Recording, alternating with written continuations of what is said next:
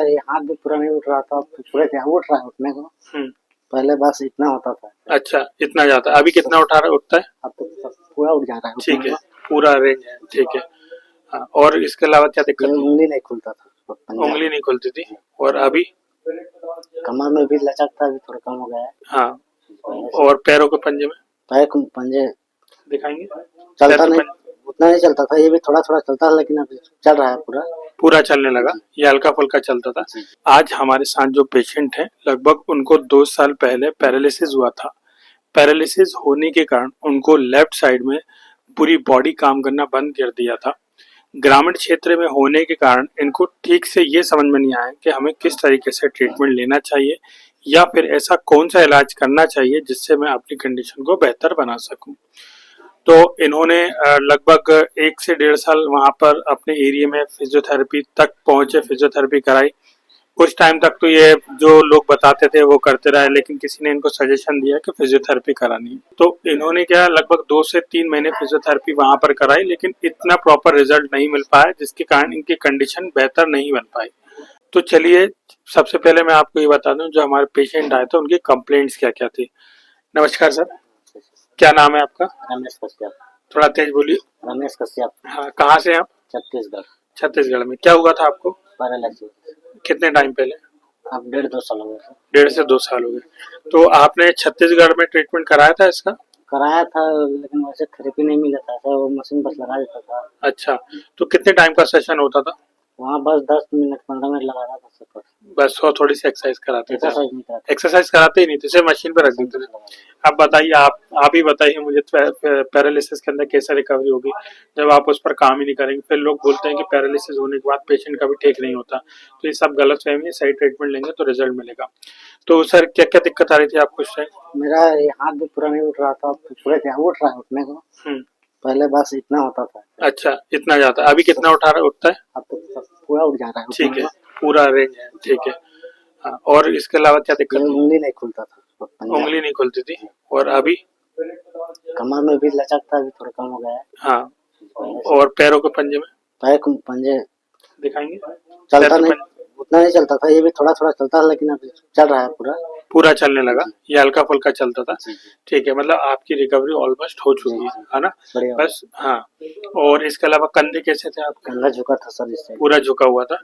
तो जब ये हमारे पास आए थे तो इनका कंधा पूरी तरीके से झुका हुआ था। इस तरीके से वो आए थे हमारे पास, और हाथ की उंगलियां इस तरीके से बंधी रहती थी, और कुछ टाइम के ट्रीटमेंट के बाद खुलने लगी।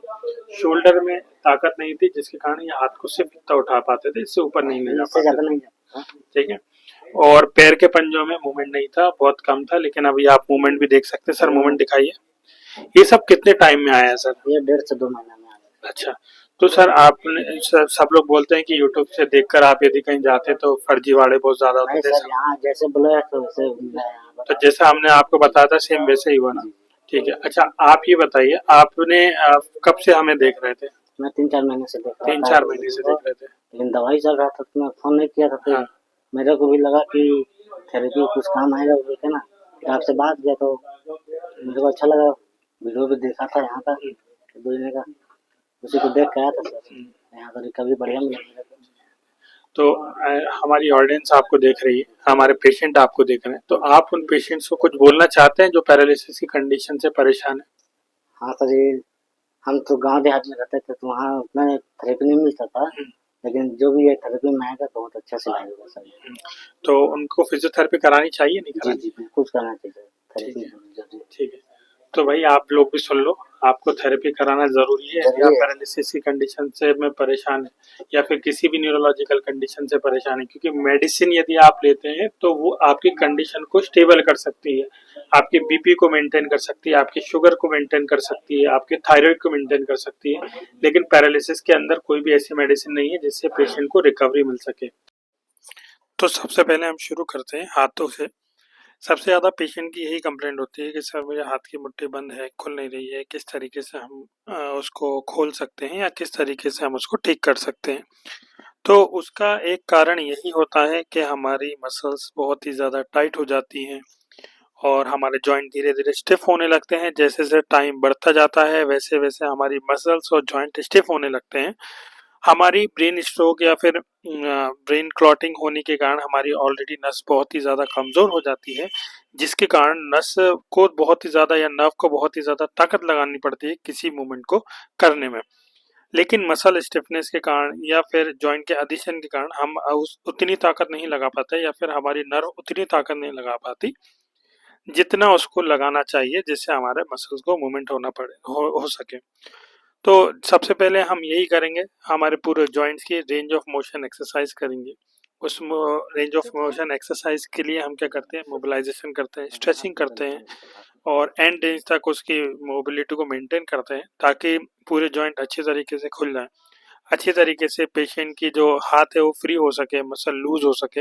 ये सारी हमारी टेक्निक्स होती हैं, ये प्रोटोकॉल्स होते हैं हमारे। अब इसको करने के लिए हम बहुत सारी टेक्निक्स का यूज़ करते हैं, चाहे वो क्रायोथेरेपी या फिर आइस स्ट्रोकिंग हो, चाहे वो पैसिव एक्सरसाइज हो, चाहे वो एक्टिव एक्सरसाइज हो, चाहे वो स्ट्रेचिंग हो, चाहे वो कोई चाहे वो पीएनएफ टेक्निक ही क्यों ना हो। ये सारी चीज़ें आपको मसल्स को एक्टिवेट करने का काम करती हैं, आपके जॉइंट्स को खोलने का काम करती हैं और साथ ही साथ आपके नर्व को स्टिमुलेट करने का काम करती हैं। हम जितना भी ट्रीटमेंट प्रोटोकॉल सेट करते हैं उसमें हमारा मोटिव यही होता है कि हमारी बॉडी के अंदर जितने भी रिसेप्टर्स हैं उनको कम समय में जल्दी से जल्दी एक्टिवेट कर सकें या फिर स्टिमुलेट कर सकें, ताकि ब्रेन के अंदर एक अच्छा सा सिग्नल बन सके, प्रॉपर डायरेक्शन बन सके। अब आते हैं हमारे शोल्डर पर। हाथ को देखने के बाद सबसे ज़्यादा जो प्रॉब्लम पेशेंट को होती है उसका ये कहना ये होता है कि सर मैं हाथ को मूवमेंट को ऊपर तो ले जाता हूँ, लेकिन शोल्डर के लेवल तक आने तक उसको लेके जा पाता हूँ, इसके ऊपर मैं नहीं ले जा पा रहा हूँ, इसके ऊपर मुझे बहुत ही ज़्यादा ताकत लगानी पड़ती है या फिर मैं ठीक से नहीं ले जा पाता हूँ। तो उसके अंदर रिस्पॉन्सिबल होती है हमारी शोल्डर की मसल्स। क्या होता है, इसको इतना ज़्यादा टाइम इसीलिए लगता है क्योंकि इसके अंदर 5 जॉइंट्स मिलते हैं, जिसके कारण आपका शोल्डर जॉइंट मिलता है। यदि आपको शोल्डर के जॉइंट को मूवमेंट लाना है तो आपको हर एक जॉइंट पर काम करना पड़ेगा, तब जाकर ही आपको रिस्पॉन्स मिल सकता है। अब आप ये सोचेंगे कि भाई एक दो एक्सरसाइज कराने से मैं अपने शोल्डर को खोल सकता हूँ या फिर सिर्फ मशीन लगाने से अपने शोल्डर को खोल सकता हूँ, तो ये आपकी बहुत बड़ी गलतफहमी है। ऐसा कुछ नहीं होगा, आप अपना टाइम और पैसा बर्बाद ही करेंगे। तो यदि आप चाहते हैं तो कि आपका शोल्डर का मूवमेंट आए, शोल्डर में गैप ना हो, तो आपको क्या है, सारे जॉइंट्स को पहले खोलना पड़ेगा, मसल्स को एक्टिवेट करना पड़ेगा, फिर जाके ही आप उसमें ताकत ला सकते हैं। तो हमारा मोटिव हमेशा ये होता है कि पूरे सबसे पहले रेंज को लेके आइए, फिर उस मसल्स को एक्टिवेट कीजिए, उस नर्व को एक्टिवेट कीजिए, फिर इसके बाद मसल के अंदर आप स्ट्रेंथ ला सकते हैं। यदि आप पहले स्ट्रेंथ लाने की कोशिश करेंगे तो आपका जो ट्रीटमेंट प्रोटोकॉल है पूरी तरीके से गलत हो जाएगा और आपको रिजल्ट देखने को भी नहीं मिलेगा। देखिए, पैरालिसिस एक ऐसी कंडीशन है जिसमें पेशेंट को समझ ही नहीं आता कि मुझे किस डायरेक्शन में कितनी एक्सरसाइज करनी है, किस तरीके से एक्सरसाइज करनी है। इसके लिए वो हर जगह जाता है, हर तरीके से ट्रीटमेंट लेता है, लेकिन प्रॉपर ट्रीटमेंट या गाइडेंस ना मिलने के कारण उसकी कंडीशन दिन ब दिन बेकार होती जाती है और अपनी कंडीशन को बेकार करता जाता है। जैसे तैसे उसको पता चलता है कि मुझे फिजियोथेरेपी करानी है, लेकिन फिजियोथेरेपी कराते वक्त भी उनको प्रॉपर ट्रीटमेंट नहीं मिल पाता, क्योंकि इतना टाइम नहीं दिया जाता है। यदि आप हर मसल हर एक जॉइंट पर काम करेंगे तो पेशेंट को 6 से 7 घंटे लग जाता है, तब जाके पूरी half of the body cover हो पाती है।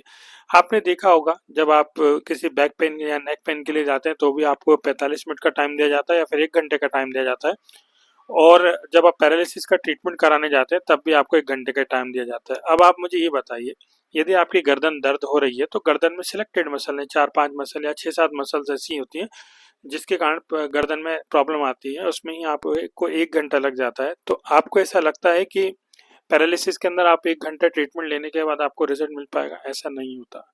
यदि आप चाहते हैं कि आपके पैरालिसिस की कंडीशन बेहतर बने तो आपको हर एक जॉइंट, हर एक मसल, हर एक नर्व पर काम करना पड़ेगा, तब जाकर ही आपको ट्रीटमेंट प्रोटोकॉल मिलेगा।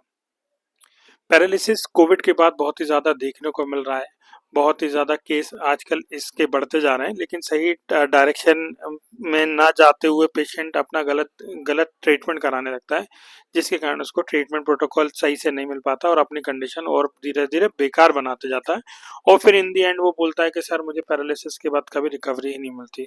तो ऐसा नहीं होता। यदि आप सही टाइम से सही तरीके से सही टाइम पर फिजियोथेरेपी कराएंगे और सही फिजियोथेरेपिस्ट से फिजियोथेरेपी कराएंगे तो आपको रिजल्ट देखने को मिलता है। यदि आपकी रिकवरी नहीं होनी होती तो आप हमेशा बेड पर ही रहते, आप बेड से कभी उठ नहीं पाते, खड़े नहीं हो पाते या फिर चल नहीं पाते। यदि आप बेड से उठकर बैठ पा रहे हैं, चल पा रहे हैं, तो ऐसा हो ही नहीं सकता कि आपकी रिकवरी ना हो। मैं ये मान सकता हूँ कि आपकी रिकवरी 100% ना हो, लेकिन आपकी रिकवरी 80-90% इतनी तो हो सकती है कि आप अपनी दिनचर्या के काम अच्छे से कर सकते हैं, बिना किसी सपोर्ट के कर सकते हैं। यही आपकी रिकवरी होती है। अब कई लोग बोलते हैं कि सर मुझे आप ही बताइए, क्या 1 महीने में ठीक हो जाऊँगा या 15 दिन में ठीक हो जाऊँगा? आपके पास आकर मैं 1 महीने में ठीक हो जाऊँगा क्या? तो ऐसा नहीं होता सर। देखिए, ये कंडीशन ऐसी होती है, ये टाइम टेकिंग होती है। आप ये कर सकते हैं, आप हमारे पास आकर 1 महीने का ट्रीटमेंट लेकर देखिए, आपको यदि रिज़ल्ट मिलता है तो ही आप इसको बढ़ाइएगा।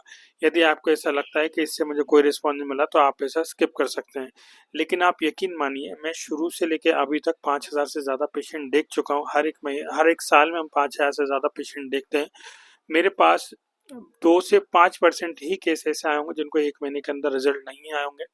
लेकिन 95-97% केस ऐसे हैं जिसके अंदर 1 महीने से रिजल्ट आना शुरू हो जाता है। पेशेंट को फील होने लगता है कि उसकी बॉडी के अंदर चेंजेस आने लगे, उसकी मसल एक्टिवेशन होने लगता है, उसकी नर्व एक्टिवेशन होने लगे, ये सारे चेंजेस उसको आने लगे। देखिए, हमारे सेंटर भोपाल के अंदर सिचुएटेड है। अभी नई हमारी फ्रेंचाइजी लखनऊ में खुल रही है, जो कि गोमती नगर में खुल रही है। यदि आप यूपी या लखनऊ से बिलोंग करते हैं तो आप हमारे उस सेंटर पर आ सकते हैं। वहाँ पर भी हमारे रहने खाने की फैसिलिटीज़ अवेलेबल है और 2 टाइम के ट्रीटमेंट की फैसिलिटीज़ अवेलेबल है। और यदि आप हमारे सेंटर भोपाल में या एमपी में रहते हैं, यहाँ पर आना चाहते हैं, तो यहाँ पर भी रहने खाने और 2 टाइम के ट्रीटमेंट की फैसिलिटीज़ अवेलेबल होती है।